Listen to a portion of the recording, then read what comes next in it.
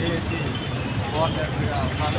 ప్రస్తుతానికి ఈరోజు దళిత క్రైస్తవ ఐక్యవేదిక ఆధ్వర్యంలో వీళ్ళ మాదిగ గారు చేసినటువంటి పోరాటం మిగతా రాష్ట్ర వ్యాప్తంగా, జిల్లా వ్యాప్తంగా, మండల వ్యాప్తంగా అందరూ కూడా సపోర్ట్ చేసి నిజంగా ఎందుకనంటే ఏ కులం మారితే మరి మతం ఏ మతాన్ని తీసుకుంటే మరి మతానికి పోయినంత మాత్రాన కులం మారడం అనేది చాలా మరి శోచనీయం. అది తీవ్ర అభ్యంతరకరమైనటువంటి అంశం. దయచేసి నాడు పివి నరసింహారావు గారు కూడా ఒక మాట ఆయనను విలేకరులు ఒక మాట్లాడడం జరిగింది. అయ్యా మరి ఇట్లా క్రైస్తవుల విషయంలో ఇట్లా మత మార్పులు అంటూ ఉన్నారు అంటే ఆయన ఒకటే మాట అన్నాడు.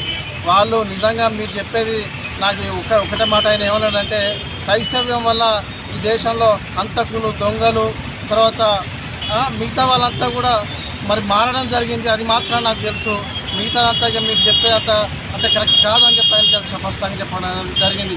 మన ముఖ్యమంత్రి రాజశేఖర రెడ్డి గారు మరి ఆ రోజు తీర్మానం చేసి పంపడం జరిగింది అసెంబ్లీలో. అదేవిధంగా దయచేసి ఇప్పుడున్న బాలకృష్ణ కమిషన్ కూడా దయచేసి దళిత క్రైస్తవులకు ఎస్సీ హోదాను కల్పించి సమానత్వాన్ని రుజువు చేయాలి. రాజ్యాంగ వ్యతిరేకమైనటువంటి చర్యలను మరి దయచేసి బంద్ చేసుకోవాలని చెప్పి కూడా కేంద్ర ప్రభుత్వానికి డిమాండ్ చేస్తాము.